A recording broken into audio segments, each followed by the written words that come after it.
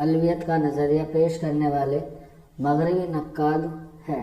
تو مغربی کے بتانا ہے، جو فورن کنٹری کے نقاد ہیں ان کے بارے میں بتانا ہے. تو سوال نمبر 12 کا آنسر ہوگا آپشن سی، لان جائنس. آپشن سی بالکل کریکٹ ہے. نیکسٹ کوشچن کی طرف بڑھیں. کوشچن نمبر 13 ہے، ناول امراؤ جان ادا میں خانم کی بیٹی کا نام ہے خورشید، بسم اللہ، انوری یا حسن آرا. تو کوشچن نمبر 13 کا آپشن ہوگا بی، بسم اللہ. یعنی کہ ناول امراؤ جان ادا میں خانم کی بیٹی کا نام کیا ہے؟ بسم اللہ. نیکسٹ کوشچن کی طرف بڑھیں گے. ناول بستی اور خدا کی بستی. دھیان دیکھیے دونوں الگ الگ ہیں. بستی اور خدا کی بستی.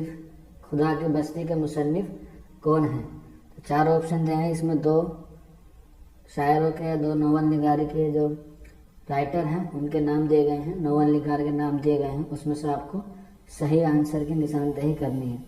تو کوشچن نمبر 14 کا آنسر ہوگا آپشن بی، انتظار حسین اور شوکت صدیقی. یعنی کہ بستی جو ہے وہ انتظار حسین کا ہے اور خدا کی بستی شوکت صدیقی کا. نیکسٹ کوشچن کی طرف بڑھیں. کوشچن نمبر 15 ہے، موت سے کس کو رستگاری ہے، آج وہ کل ہماری باری ہے. اس شعر کا تعلق کس مثنوی سے ہے؟ آپ کو بتانا ہے کہ کس مثنوی سے ہے. تو کوشچن نمبر 15 کا جو آنسر ہوگا وہ ہوگا آپشن سی، زہر عشق. اس کا بالکل کریکٹ آنسر ہے کوشچن نمبر 15 کا. نیکسٹ کوشچن کی طرف بڑھیں گے. کوشچن نمبر 16، ذکر میر کا مترجم کا نام ہے. تو کوشچن نمبر 16 کا آنسر ہوگا آپشن سی، نثار احمد فاروقی. اس کا بالکل کریکٹ آنسر ہے. نیکسٹ کوشچن کی طرف بڑھیں. کوشچن نمبر 17 ہے، طاؤس چمن کے مینا کے مصنف ہیں. آپشن ہے 4 اور آنسر ہے کوشچن نمبر 17 کا آپشن سی، نیز مسعود. اس کا بالکل درست جواب ہے. یہ نیز مسعود کی تصنیف ہے، طاؤس کے چمن کے مینا. نیکسٹ کوشچن کی طرف بڑھیں. کوشچن نمبر 18 ہے، تحریک آزادی سے متعلق ناول کا نام ہے. یعنی کہ جو جنگ آزادی ہے، تحریک ہے، برطانوی حکومت کے خلاف جو ناول لکھا گیا ہے وہ کون سا ہے؟ کوشچن نمبر 8 کا جو کریکٹ آنسر ہوگا وہ ہوگا آپشن سی، لہو کے پھول. اس کا بالکل کریکٹ آنسر ہے. جو اوپر بتایا تھا کتنے جلدوں پر ہے، 4 جلد پر مشتمل ہیں. دیکھیے کتنا امپورٹنٹ ہے لہو کے پھول. تو آپ ہمیں کمنٹ باکس میں بتائیں کہ لہو کے پھول کا مصنف کون ہے. جو ناول ہے اس کا جو ناول نگار ہے یعنی کہ کس کی تصنیف ہے وہ آپ ہمیں ضرور کمنٹ باکس میں بتائیں. چلیے نیکسٹ کوشچن کی طرف بڑھتے ہیں. کوشچن نمبر 19، کون سے شاعر کی شناخت صرف نظم نگاری کی حیثیت سے ہے؟ یعنی کہ انہوں نے جو پہچان بنائی ہے وہ صرف نظم کے اعتبار سے ہی اپنی حیثیت بنائی ہے. تو اس کا جو آنسر ہوگا کوشچن نمبر 19 کا وہ ہوگا آپشن سی، قاضی سلیم نظم نگاری کی حیثیت سے ہیں ان 4 آپشن میں سے. نیکسٹ کوشچن کی طرف بڑھیں. کوشچن نمبر 20، مضمون رسالہ در معرفت استعارہ کے مصنف ہیں. تو کوشچن نمبر 20 کا آنسر ہوگا آپشن بی، ممتاز حسین یا آپشن اے درست جواب ہے، ممتاز حسین. اس کا آپشن اے بالکل کریکٹ ہے. نیکسٹ کوشچن کی طرف بڑھیں گے. کوشچن نمبر 21، زمانی ترتیب کے اعتبار سے نشاندہی کیجیے. یعنی کہ زمانے میں پیدائش کے اعتبار سے آپ کو بتانا ہے کہ دنیا میں پہلے کون آیا، اس کے بعد کون آیا اور پھر اس کے بعد کون آیا. تو 4 شاعروں کا اس میں گروپ دیا گیا ہے. چاروں کو آپ کو دھیان سے پڑھنا اور پھر اس کا جواب دینا ہے. کوشچن نمبر 21 کا جو کریکٹ آنسر ہے اور وہ ہے آپشن سی، سودا، انشاءاللہ خان انشاء، ناسخ اور غالب. سب سے بعد میں کون ہے آپشن کے اکارڈنگ وہ ہے غالب. نیکسٹ کوشچن کی طرف بڑھیں. کوشچن نمبر 22 ہے، مصرے کو مکمل کیجیے، صورت شمشیر سے دست ڈیش میں وہ قوم. تو اس کا جو صحیح آنسر ہوگا کوشچن نمبر 22 کا وہ ہوگا آپشن سی، بالکل درست جواب ہے. نیکسٹ کوشچن کی طرف بڑھیں. کوشچن نمبر 23 ہے، میرا جی اور نون میم راشد کا تعلق ہے ترقی پسند سے، جدیدیت سے،